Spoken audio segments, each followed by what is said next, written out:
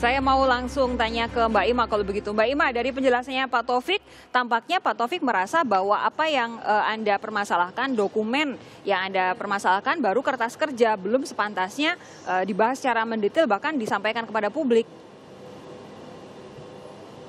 Sebenarnya yang saya permasalahan itu adalah transparansi dari Pemprov DKI sendiri, Mbak.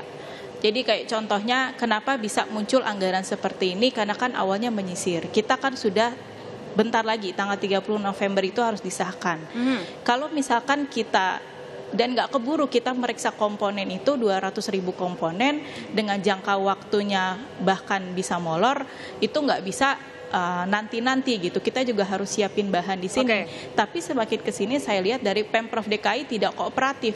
Tidak kooperatif itu maksudnya kenapa tidak diberikan ke kami dokumen yang terbaru gitu dari karena di sini kan kita juga menyangkut per komisi, menyangkut dari usulan-usulan masyarakat yang harus kita ketahui, karena kemarin aja contohnya sampai ada pasir, sampai ada rotring, sampai dengan helm proyek itu kalau di total yang aneh-aneh di Dinas Pendidikan itu totalnya 2,4 triliun, itu 30% dari anggaran Dinas Pendidikan seperti itu.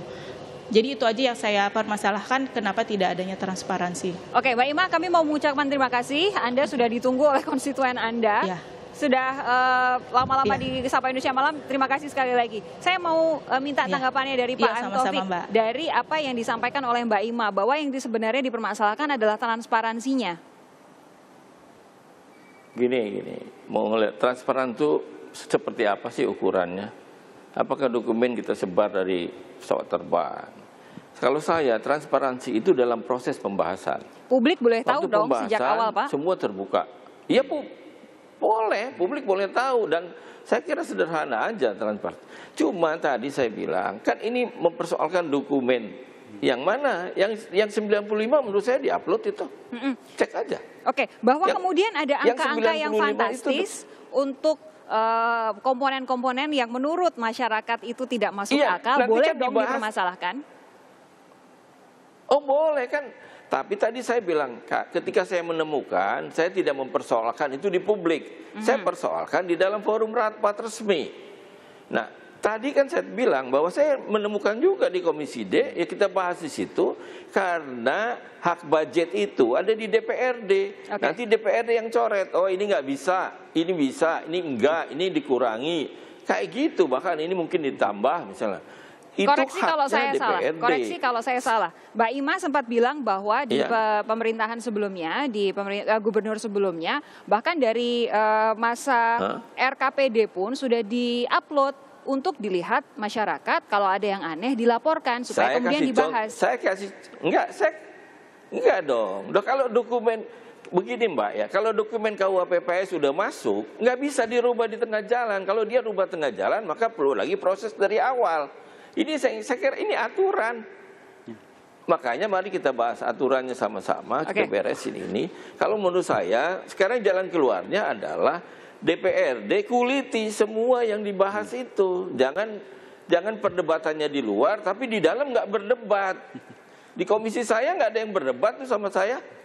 Iya semua, ketika saya koreksi, oke semua. Oke, coba saya tanya kepada Fitur kalau begitu. Di komisi saya. Ini apa sih sebenarnya ini kan momentum strategis ya bagi DPRD DKI, saat ini sedang reses gitu kan, makanya penyampaian informasi terkait proses penyusunan KUA PPAS, nanti RAPBD itu ditunggu oleh masyarakat gitu ya.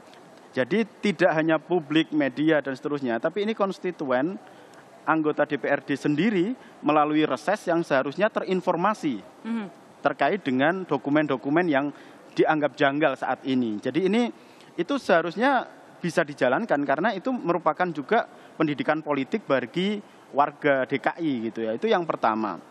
Yang kedua yang harus diperbaiki sebenarnya karena ini terjadi setiap tahun, sebenarnya yang perlu dicegah adalah niat-niat buruk terhadap menyisipkan angka-angka yang sebenarnya itu potensi untuk dikorupsi.